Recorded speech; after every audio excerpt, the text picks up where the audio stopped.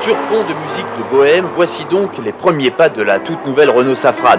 Celle qui doit définitivement faire oublier l'antique 25 à la finition et à la fiabilité controversée. La Safran, c'est la suite logique du processus de qualité amorcé chez Renault avec la Clio et la 19.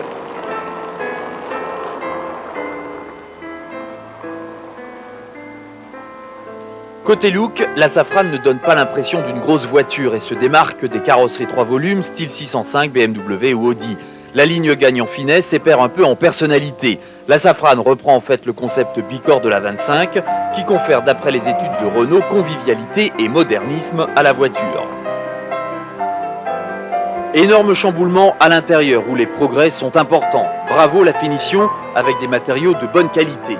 Fini apparemment le toc à la française.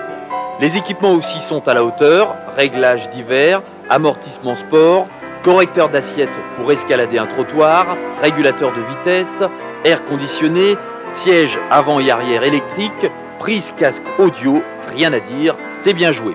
Important pour une berline, le coffre est volumineux avec banquette rabattable. Côté motorisation, gros plan sur le 6 cylindres, il s'agit du déjà connu PRV 3 litres, 170 chevaux, celui en fait de l'Alpine A610.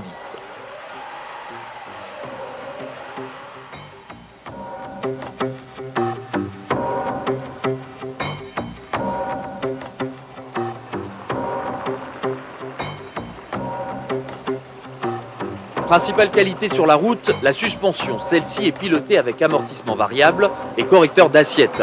Grâce à cette suspension intelligente, la voiture s'abaisse automatiquement de 15 mm au-delà de 120 km/h. On évite aussi d'autres phénomènes comme le cabrage ou la plongée. Bref, le confort est étonnant. Petit regret concernant la motorisation, handicapée par le poids important près d'1,5 tonne et excluant par là même toute conduite sportive. Sa vitesse de pointe est proche de 220, mais la Safran V6 manque un peu de reprise. Cela dit, il y aura aussi une version biturbo pour les excités et des diesels, des 4 cylindres pour les autres.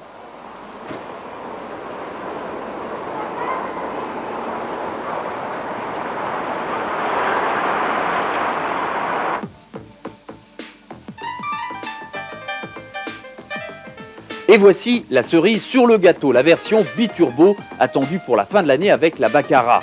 C'est le fruit d'une collaboration avec le préparateur allemand Hartge qui s'est chargé du look, calandre, bouclier, aileron et du moteur. À la base le V6 Renault auquel on adapte un système biturbo. Gain de puissance 90 chevaux, au total 260.